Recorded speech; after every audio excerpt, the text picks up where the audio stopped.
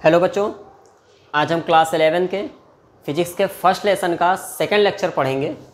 कल देखिए हमने बात की थी आपसे, यानी पिछले लेक्चर में हमने आपको फिजिकल वर्ड के बारे में बताया था। यानी हमारा जो लेसन नेम है वो है फिजिकल वर्ड। लेसन नेम क्या है? Physical word. और हमने इस पर चर्चा भी कर ली थी कि क्या मतलब है फिजिकल वर्ड का। उसके बाद हमने आप ये भी पढ़ लिया था कि साइंस क्या है, व्हाट इज़ साइंस। हमने ये इस क्वेश्चन में पढ़ लिया था कि व्हाट इज़ साइंस, साइंस का मतलब क्या होता है, साइंस को कितने पार्टों में डिवाइड किया गया है। टाइप्स ऑफ साइंस, साइंस को मेनली दो पार्टों में डिवाइड किया गया है, बायोलॉजिकल साइंस और फिजिकल साइंस। दो पार्टों में मेनली साइंस को डिवाइड किया गया है। कल हमने बायोलॉजिकल साइंस भी पढ़ ली थी। पिछले वीडियो में हमने बायोलॉजिकल साइंस पढ़ ली थी। बायोलॉजिकल साइंस का मीन क्या होता है? बायोलॉजिकल साइंस वो सारी चीज़ें थी जिसमें लिविंग थिंग्स के बिहेवियर पे स्टडी की गई। यानी ऐसी कोई भी स्टडी जो लिविंग थिंग्स के बिहेवियर पे थी उन सबको रखा गया बायोलॉजिकल साइंस पे। जबकि साइंस की दूसरी ब्रांच थी फिजिकल साइंस। आज हम पढ़ेंगे फिजिकल साइंस के बारे में। फिजिकल साइंस क्या थी, तो थोड़ा सा अगर हम बेसिक यानी समझने के लिए बात करें कि फिजिकल साइंस का सेंस क्या है। फिजिकल साइंस तो कल जैसे हमने आपको बताया था फिजिकल्स का मतलब ही क्या होता है। कल हमने आपको एक चीज़ बताई थी कि फिजिकल का सेंस होता है ऐसी सभी चीज़ें जिनको हम देख सकें या टच कर सकें। यानी हम जिस वर्ल्ड से घिरे हुए हैं, जिस संसार से घिरे हुए हैं, उसको हम देख सकते हैं, उसको हम टच कर सकते हैं, वही सारी चीज़ें फिजिकल है। यानी फिजिकल में वो सभी चीज़ें आती हैं, फिजिकल में वो सभी चीज़ें आती हैं जिनको हम देख सकें या टच कर सकें। हम पढ़ क्या रहे हैं? हम पढ़ रहे हैं फिजिकल साइंस। यानी जिनको हम देख सकते हैं, जिनको हम टच कर सकते हैं, उनमें होने वाले चेंजमेंट की जो स्टडी थी, उनमें चेंजमेंट वाले यानी हम जो कुछ भी देख सकते हैं या जो कुछ भी टच कर सकते हैं, उनके चेंजमेंट में होने वाली जो स्टडी थी वो हुई फिजिकल साइंस। देखिए वो सारे कॉन्सेप्ट आप दूर कर दीजिए जो बायोलॉजिकल साइंस में आप पढ़ चुके हैं। यानी लिविंग ऑब्जेक्ट्स, लिविंग थिंग्स को छोड़कर बाकी जितना कुछ भी बचा उन सब की स्टडी थी फिजिकल साइंस में। हमने लिविंग थिंग्स की स्टडी कहाँ की थी? बायोलॉजिकल साइंस में। तो लिविंग थिंग्स की स्टडी आपने बायोलॉजिकल साइंस में की थी, उसको छोड़ के बाकी जितना कुछ भी बचा वो सारा आया फिजिकल साइंस में। फिजिकल साइंस को दो ब्रांचों में डिवाइड कर दिया गया क्योंकि स्टडी इतनी बढ़ गई थी, इतना ज़्यादा मटेरियल हो चुका था कि एक साथ स्टडी करना बड़ा डिफिकल्ट था। इसलिए फिजिकल साइंस को मेनली दो ब्रांचों में डिवाइड किया गया। यानी शुरुआत में देखिए सबसे पहले तो फिजिक्स थी, उसके बाद दूसरा ब्रांच बन के आया फिजिक्स के बाद केमिस्ट्री। ऐसा नहीं कि इतने ही ब्रांच थे, और भी बहुत सारे ब्रांचों में डिवाइड किया गया। और बहुत सारे ब्रांच क्या थे, जैसे ज्योग्राफी थी। ज्योग्राफी भी फिजिकल साइंस का ही एक ब्रांच है, फिजिकल साइंस की एक ब्रांच है ज्योग्राफी। तो मेनली फिलहाल हम दो के बारे में पढ़ेंगे। फिजिकल साइंस को मेनली दो पार्टों में डिवाइड किया गया, फिजिक्स और केमिस्ट्री में। अब हम इनमें स्टडी करेंगे कि फिजिक्स क्या है और केमिस्ट्री क्या है। चलिए हम पहले फिजिक्स के बारे में बात करते हैं। Physics, what is physics? अगर हम ये कहें कि फिजिक्स क्या है, व्हाट इज़ फिजिक्स? देखिए फिजिक्स बेटा वो सभी श्रेणी, कुल मिला के साइंस की शुरुआत ही फिजिक्स से हुई। हमने आपको पिछले वीडियो में ये चीज़ बताई भी थी कि फिजिक्स को साइंस का किंग कहा जाता है। Physics is the king of science. यानी फिजिक्स, साइंस की स्टार्टिंग ही फिजिक्स से हुई। फिजिक्स का मतलब है study of nature, study of nature. Physics का सीधा सा सेंस है study of nature and its, study of nature and its law and its laws. यानी नेचर और इसके लॉ की स्टडी ही फिजिक्स थी। और हमने आपको पिछले वीडियो में बताया भी था कि हमने शुरुआत कहाँ से की थी। हमने शुरुआत की थी जिन चीज़ों से हम घिरे हुए हैं उनकी स्टडी से। और हम घिरे किससे? हम घिरे हैं नेचर से। हम घिरे हैं नेचर से। तो फिजिक्स क्या थी? नेचर की स्टडी और उसके लॉज की स्टडी फिजिक्स थी। Study of nature and its laws is called physics. यानी फिजिक्स में हमने नेचर और इसके रूल्स की स्टडी की, नेचर और इसके लॉज की स्टडी किसने की? फिजिक्स में। प्रैक्टिकल एग्जांपल की जैसे अगर हम बात करें, मान के चलिए लोगों ने सबसे पहले देखा कि पानी बरस रहा है, तो पानी बरसने का रीज़न क्या था, क्यों पानी बरसा, बंद कैसे हो गया। यानी ये सारी स्टडी, ये नेचर की स्टडी थी। यही सारी स्टडी तो फिजिक्स थी, यही सारी स्टडी फिजिक्स थी। ठीक है, पानी बरस गया, अब उसके बाद पानी एक जगह रुकता नहीं, वो बहने लगता है।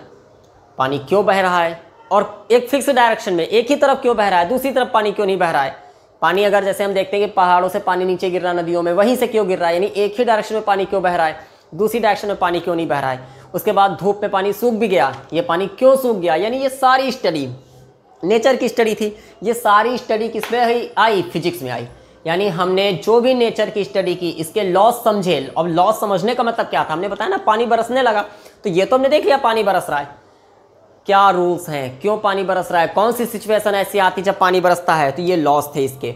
पानी बह रहा है, हमने देखा कि पानी बह रहा है, पानी एक ही डायरेक्शन में क्यों बह रहा है, दूसरी तरफ क्यों नहीं बह रहा है, ये लॉस थे इसके।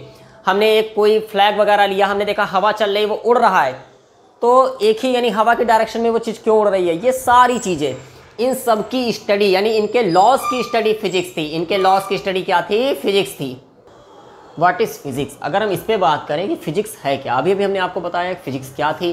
तो फिजिक्स का अगर हम छोटा सा एक छोटी सी डिफिनेशन, यानी एक ये छोटी सी डिफिनेशन है, इसमें सब कुछ है, उसके बाद दूसरी डिफिनेशन भी पढ़ेंगे। यानी physics is the study of nature and it's loss. यानी फिजिक्स क्या है, फिजिक्स नेचर की स्टडी और इसके लॉस हैं। यानी हमने नेचर के बारे में जो कुछ भी जानना है, हमें नेचर के बारे में जो कुछ भी जानना है, उन सब की स्टडी फिजिक्स है। उन सब की स्टडी क्या है, फिजिक्स। यानी हम जहाँ रहते हैं, अपने सराउंडिंग में जो भी हमारा नेचर है, उन सब की स्टडी जो हमने की, तो उसको कहा गया फिजिक्स। उसको क्या कहा गया, फिजिक्स। क्लियर। नॉर्मल डिफिनेशन अगर पढ़ें तो अगर आपसे एक छोटा सा वर्ड यानी सीक्वेंस फिजिक्स है क्या, अगर आपको थोड़ा सा बताना है, तो आप ये डिफिनेशन परफेक्ट है। थोड़ा सा और डीपली इसको समझ लीजिए कि क्या है फिजिक्स। तो physics is the study of the natural world. बात वही कह रहा है, कुछ नया नहीं है। फिजिक्स किसकी स्टडी है, नेचुरल वर्ल्ड की। नेचुरल वर्ल्ड का मतलब हम जिस संसार से घिरे हुए हैं, हमारे चारों तरफ क्या है, नेचर है। शुरुआत में देखिए जब स्टार्टिंग हुई थी तो नेचर ही था हमारे चारों तरफ, बाकी सब चीज़ें नहीं थी। तो physics is the study of natural world. लेकिन केवल नेचुरल वर्ल्ड की स्टडी नहीं है। आप पिछले लेक्चर में देखिए, हमने कहा था कि साइंस है क्या, साइंस स्टडी तो है कि कोई भी नया नॉलेज तो है साइंस, लेकिन वो सिस्टमैटिक होना चाहिए, वो ऑर्गेनाइज होना चाहिए, और हमारे पास उसका रीज़न होना चाहिए, उसके एक्सपेरिमेंट होने चाहिए। मतलब साइंस क्या है, साइंस कुछ भी नया सीखना साइंस है, कुछ भी नया सीखना, कोई भी नया नॉलेज साइंस है। लेकिन हमारे पास उस नए नॉलेज के लिए एक्सपेरिमेंट हो, प्रूफ हो, हमारे पास उसके लिए ऑब्जर्वेशन हमने किया हो, और कोई ना कोई एक रीज़न हो, और वो नॉलेज सिस्टमैटिक हो, तो वो साइंस था। तो उसी तरह से नेचुरल वर्ल्ड की स्टडी तो थी फिजिक्स, लेकिन कंडीशन क्या होना चाहिए, उसके पास कॉन्सेप्ट होने चाहिए। कॉन्सेप्ट का मतलब तर्क होने चाहिए उसके पास, of space, time, motion, matter, energy, radiation etcetera. यानी नियर लगभग ये सारी चीज़ें हम फिजिक्स में पढ़ते हैं। मोशन के बारे में पढ़ते हैं। मोशन के बारे में हमने क्या ना, फिजिक्स वो सब स्टडी है जिसको हम देख सकें या छू सकें, वो सारी स्टडी फिजिक्स है। अब एग्जाम्पल तौर पे हमने कहा कि ये मार्कर हमने ऊपर से गिरा दिया, कितनी हाइट से गिराया, हमने कहा 2 मीटर हाइट से। हमने नीचे फेंका, कितनी देर में ये पहुंच जाएगा नीचे, कितनी देर में नीचे पहुंच जाएगा, हमें ये चीज़ एक्सप्लेन करनी है। यानी ये क्या है, मोशन है, इसको हम देख रहे हैं, और इसके बारे में अगर स्टडी हुई तो ये एक ब्रांच बनी मोशन, वो लेकिन आई किसके अंडर में, फिजिक्स के अंडर में। तो मेनली फिजिक्स क्या है, फिजिक्स हमारे नेचर की स्टडी है, इसके रूल्स समझना, इसके लॉज समझना, नेचर में जो चेंजमेंट हो रहे हैं क्यों हो रहे हैं, इनका क्या रिलेशन हम बना सकते हैं। मतलब नेचर में जो चेंज हुआ वो हमने देखा, अब हम इसको लैब में लाके एक्सपेरिमेंट करें। नेचर में जो चेंजमेंट हुआ वो हमने देखा, एग्जाम्पल तौर पे हमने देखा कि पानी बरस रहा है, हमने देखा अगर हम किसी तरह से अपनी लैब में ये एक्सपेरिमेंट कर ले जाएं कि पानी क्यों बरसा, उसका कोई रीज़न पूरा बता ले जाए, तो वही फिजिक्स है। वो क्या है, फिजिक्स। हमने देखा पानी बह रहा है, हमने देखा पानी एक तरफ बह रहा है, अब हम उसका कोई ना कोई तो रूल है ना कि पानी एक ही तरफ क्यों बह रहा है। तो हमें बाद में पता चला कि पानी ऊंचे से नीचे की तरफ बहता है। हमें चीज़ पता चली कि पानी ऊंचे से नीचे की तरफ बहता है, यानी ऊंचाई से नीचे की तरफ पानी बहता है, तो ये उसका एक लॉ है। ये क्या है, एक लॉ है। तो नेचर की स्टडी और उसके लॉस को समझना ही फिजिक्स है। नेचर की स्टडी और उसके रूल्स को, उसके लॉस को समझना ही क्या है, फिजिक्स है। क्लियर। फिजिक्स क्या है ये हम समझ चुके हैं। अब दूसरी ब्रांच, फिजिकल साइंस की दूसरी ब्रांच क्या थी, केमिस्ट्री थी। व्हाट इज केमिस्ट्री, केमिस्ट्री क्या है। देखिए अब एक चीज़ समझिए, हमने फिजिक्स में स्टडी की, यानी हमारे आसपास नेचर में जो कुछ भी था हमने उसकी स्टडी की, उन सब की स्टडी फिजिक्स में थी। हमारे आसपास नेचर में जो कुछ भी था हमने उनकी स्टडी की, उन सब की स्टडी क्या थी, फिजिक्स थी। यानी नेचर की स्टडी तो फिजिक्स थी, किसकी स्टडी, नेचर की। नेचर की स्टडी करना ही क्या था, फिजिक्स था। हमारे आसपास हमने जो कुछ भी देखा उसके बारे में जानने की इच्छा हुई, हमने उन सब की स्टडी की, वो सब कुछ हुआ फिजिक्स में। ठीक है, मान के चलिए हमने नेचर में बहुत सारी चीज़ें देखी, अचानक हमको कोई एक पत्थर दिखाई दिया, कोई भी एक पत्थर हमको दिखाई दिया, कुछ भी एक नई चीज़ हमको दिखाई दी, हमने उसके बारे में सब कुछ जानने की कोशिश की, वो थी फिजिक्स। वो क्या थी, फिजिक्स थी। अब हमको बहुत सी नई नई चीज़ें मिलने लगी, हमें नेचर में बहुत सी नई नई चीज़ें मिलने लगी। कुछ चीज़ें ज़मीन से खोद के मिलने लगी, बहुत सारी चीज़ें, हम सांस ले रहे हैं, ब्रीथिंग कर रहे हैं, तो उसमें बहुत सारी गैसेस हैं, कौन कौन सी। यानी धीमे धीमे स्टडी और आगे बढ़ी, फिजिक्स से स्टडी आगे बढ़ी, और हमको पता चलने लगा मटेरियल के बारे में। हमको किसके बारे में पता चलने लगा, मटेरियल के बारे में। हमको पता चलने लगा सब्सटेंसेस के बारे में, यानी नए नए सब्सटेंस खोजे जाने लगे। अब ये नए नए सब्सटेंस खोजे जाने का मतलब क्या हुआ, नेचर की स्टडी जब की गई, नेचर के बारे में जानना चाहा लोगों ने, आसपास सब कुछ देखा जब कायदे से, तो उनको बहुत सी नई नई चीज़ें मिलना शुरू हुई, उनको नई नई चीज़ें मिलना शुरू हुई। वो जो नई नई चीज़ें मिली उनको नाम दिया गया अलग अलग एलिमेंट। वो जो नई नई चीज़ें मिली वो एलिमेंट्स थे, इनकी स्टडी की जाए अब।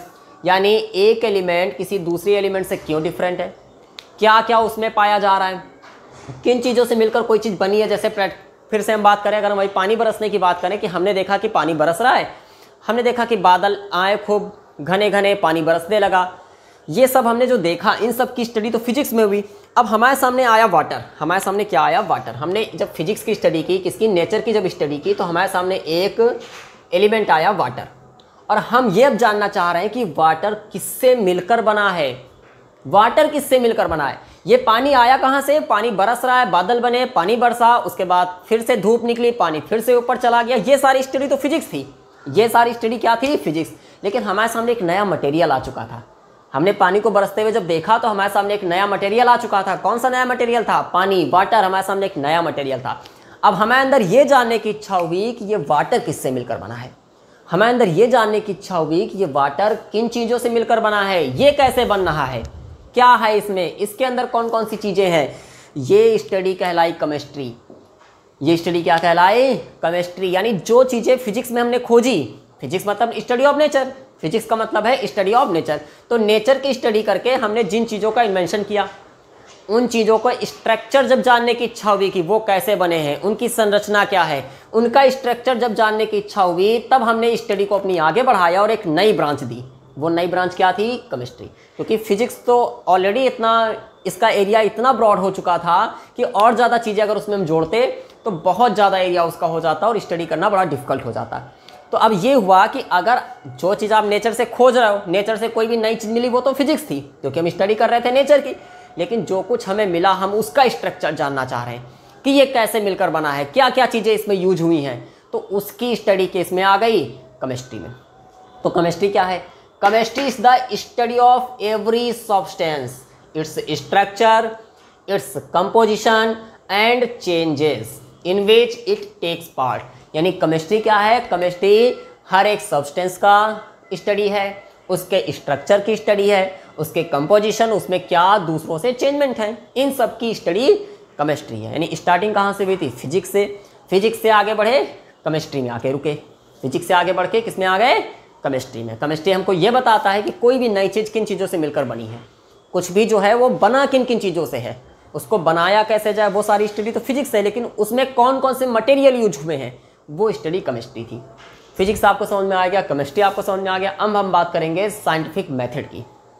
साइंटिफिक मेथड क्या होता है बेटा, समझिए इस चीज़ को। What is scientific method. देखिए साइंटिफिक मेथड का मतलब, हमने आपसे कहा कि ये जो लेसन ही हम पूरा पढ़ रहे हैं वो किसके बारे में पढ़ रहे हैं, स्टडी ऑफ नेचर। हम लेसन ही किसके लिए पढ़ रहे हैं, study of nature. Study of nature, हमने नेचर की जो स्टडी की, हमने यानी शुरुआत जो हुई साइंस की वो कहाँ से हुई, साइंस की शुरुआत हुई स्टडी ऑफ नेचर से। नेचर की स्टडी से साइंस की शुरुआत हुई। ठीक है, नेचर की स्टडी हमने कर ली। ये चीज़ हमने आपको पिछले लेक्चर में भी एक्सप्लेन की थी कि अगर हमारे माइंड में कोई भी आइडिया आए तो वो साइंस नहीं है। हमारे माइंड में कोई भी आइडिया आ जाए तो क्या वो साइंस हो जाएगा, नहीं। उसको फिलॉसफी नाम दिया गया था। साइंस क्या थी, साइंस था जब उन आइडियाज़ के हमारे पास एक्सपेरिमेंट हो, उनके फैक्ट्स हों, उनको हम प्रूव कर सकें और उनके रीज़न दे सकें, तो उसको हम साइंस कहते हैं। तो यानी साइंटिफिक मेथड है क्या, देखिए the step by step approach, यानी एक एक करके हम पहुंचते हैं। ऐसा नहीं कि हमारे माइंड में कोई भी आइडिया आ गया वो साइंस बन गई, नहीं। हम धीमे धीमे करके साइंस तक पहुंचते हैं। हमारे माइंड में जो आइडिया आया हम उस पर स्टडी करते हैं। अब अगर आज हमारे माइंड में आइडिया आया कि हम हवा में उड़ रहे हैं, तो अब हम इस पर सोचेंगे और कोई ऐसा लॉ सोचेंगे जिसकी हेल्प से पॉसिबल हो सके। हम कुछ ऐसा करने की कोशिश करेंगे जिसकी हेल्प से पॉसिबल हो सके। तो यानी जो स्टेप बाय स्टेप अप्रोच है, ऐसा नहीं कि हमने सोच लिया काम हो गया। ये जो स्टेप बाय स्टेप अप्रोच है यूज्ड बाय अ साइंटिस्ट, जिसको कौन यूज करते हैं, साइंटिस्ट यूज करते हैं in study natural phenomena. Word बार बार वही आ रहा है, नेचर की स्टडी की जा रही है क्योंकि स्टार्टिंग हुई थी नेचर की स्टडी से। तो नेचर की स्टडी करने के जो स्टेप बाय स्टेप अप्रोच होते हैं उनको हम क्या बोलते हैं, हाँ, जिनकी हेल्प से स्टेब्लिश किया जाता है क्या, लॉज स्टेब्लिश किए जाते हैं। यानी किसी भी नेचर की स्टडी करने के स्टेप बाय स्टेप अप्रोच जिनकी हेल्प से लॉज को हम स्टेब्लिश कर सकें और इन लॉ का यूज करते हुए क्या कर सकें, प्रेडिक्ट कर सकें। प्रेडिक्ट का मतलब भविष्यवाणी कर सकें। उनको मॉडिफाई भी कर सकें और उन फिनोमेना को कंट्रोल सबको बता दिया। जैसे एक ट्रेन की बात करते हैं हम, जैसे ट्रेन चल रही है मान लीजिए, और स्टेशन पे हमें पहले से पता होता है कि ये ट्रेन 1 घंटे बाद इस स्टेशन पे पहुंच जाएगी। क्यों पता हो जाता है? क्योंकि हमें ट्रेन की स्पीड पता होती है। हमें क्या पता होता है? हमें ट्रेन की स्पीड पता होती है, हमें ट्रेन की वेलोसिटी पता होती है, ट्रेन कितनी तेज चल रही है।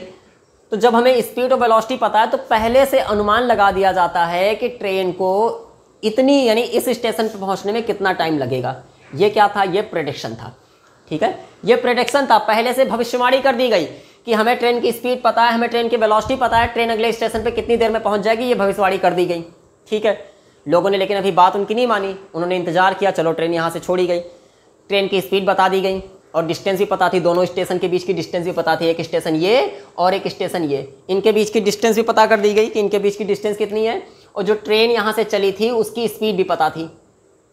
न्यूटन ने अपने फॉर्मूले से जो टाइम बताया और जब देखा ट्रेन उतनी ही देर में यहाँ पहुँच गई तो यही फॉर्मूला, यानी कौन सा फॉर्मूला उनका बना था? उनका फॉर्मूला बना था distance equal to velocity to time. यही फॉर्मूला बन गया साइंटिफिक फॉर्मूला, यानी ये साइंस हो गई, ये लॉस हो गया। अगर ट्रेन बाय चांस इतनी देर में, जितना टाइम न्यूटन ने बताया, अगर उतनी देर में ट्रेन यहाँ ना पहुँच पाती तो ये रूल गलत हो जाता, ये रूल गलत हो जाता। तो यानी हम प्रेडिक्शन भी कर सकते हैं, जो लॉज हमने बनाए उन लॉज की हेल्प से पहले से प्रेडिक्शन कर सकें तो वो साइंस है, वो हमारा रूल जो है वो साइंस में माना जाएगा, वेरीफाई होगा, नहीं तो साइंस नहीं है। दूसरा प्रैक्टिकली फिर से एक एग्जांपल देते हैं, जैसे अभी कुछ दिन पहले ही आप लोगों ने देखा ये सूर्य ग्रहण चंद्र ग्रहण जो लगते हैं, आप लोगों ने अभी भी देखा, कुछ दिन पहले सूर्य ग्रहण था। क्या होता है? जैसे सूर्य ग्रहण कैसे होता है, जैसे आप लोगों ने समझा ये चीज़ कि ये सन होता है। ठीक है, इस चीज़ को समझिएगा थोड़ा सा, ये सन होता है, ये अर्थ होती है, ये अर्थ होती है। ठीक है, और यहाँ का ये मून होता है जो कि अर्थ के चारों ओर चक्कर काट रहा है। ठीक है, अर्थ के चारों ओर चक्कर काट रहा है, और जब चक्कर काटते काटते ये मून यहाँ पे आ जाता है, कहाँ सन और अर्थ के बीच में, तो सन की लाइट अर्थ पे पड़ना बंद हो जाती है और हम बोलते हैं सूर्य ग्रहण हो गया। ठीक है, यहाँ पे क्या किया गया? यहाँ पे वही मोशन वाला फॉर्मूला फिर से देखिए, कौन सा? मोशन वाला। क्या बताया गया? यहाँ पे ये पता कर लिया गया कि सन की स्पीड कितनी है, ये पता कर लिया गया। सन जो चक्कर काट रहा है वो डिस्टेंस कितनी है, डिस्टेंस भी पता कर लिया गया। सन जो चक्कर काट रहा है वो डिस्टेंस भी पता कर ली गई, सॉरी मून जो चक्कर काट रहा है वो डिस्टेंस भी पता कर ली गई, उसकी स्पीड भी पता कर ली गई। तो ये पहले से अनुमान लगा लिया गया कि मून को सन और अर्थ के बीच, यानी यहाँ से लेके यहाँ तक पहुँचने में कितना टाइम लगेगा, उस टाइम की भविष्यवाणी पहले से कर दी गई। तभी तो पहले से भविष्यवाणी कर दी जाती है कि सूर्य ग्रहण कब हो रहा है, इतने दिन बाद सूर्य ग्रहण होगा, इतने दिन बाद चंद्र ग्रहण होगा। ये चीज़ पहले से बता दी जाती है। कैसे बता दी जाती है? क्योंकि इसकी स्पीड भी पता थी और डिस्टेंस भी पता थी कि यहाँ से यहाँ तक पहुँचने में कितना टाइम लगेगा, और डिस्टेंस भी पता थी। मोशन का, यानी न्यूटन ने जो मोशन का लॉ दिया था, उस मोशन के लॉ की हेल्प से हमने टाइम की भविष्यवाणी पहले से कर दी। लेकिन लोगों ने माना नहीं कि लोग, ऐसा नहीं कि लोग मान लेंगे, न्यूटन ने कह दिया लोग मान ले, इंतजार किया गया। न्यूटन ने अगर कहा कि 6 महीने बाद सूर्य ग्रहण होगा, 6 मंथ, तो लोगों ने क्या किया? 6 मंथ का इंतजार किया। ऐसा नहीं कि न्यूटन की बात मान ली, और 6 मंथ का जब इंतजार किया और देखा कि वाकई में न्यूटन ने जो समय दिया उसी समय में सूर्य ग्रहण हो गया, मतलब ये मून जो था, चंद्रमा जो था, वो सन और अर्थ के बीच में आ गया उसी समय में, तो न्यूटन की बात सही मान ली गई। न्यूटन की बात क्या हुई? सही मान ली गई। और यही क्या बन गया? ये बन गया लॉ, ये फॉर्मूला बन गया। जब तक ये बात सही नहीं हुई तब तक ये फॉर्मूला नहीं बना, तो ये फॉर्मूला बन गया। ठीक है, उस सिचुएशन में ये फॉर्मूला बना। ठीक है, कब? जब पहले से प्रेडिक्शन भी किया गया, जो लॉज तैयार किए गए उनकी हेल्प से पहले से भविष्यवाणी भी कर दी गई। इसके अलावा उनको मॉडिफाई भी किया गया और कंट्रोल भी किया गया। अभी मॉडिफाई कंट्रोल कैसे किया गया? देखिए, आज के समय में मौसम विभाग हमको जानकारी देता है कि तूफान आने वाला है, यहाँ पे बाढ़ आने वाली है, ये सारी भूकंप आने वाला है, ये सारी जानकारी हमको पहले से मिल जाती है। किसकी हेल्प से? साइंस की हेल्प से।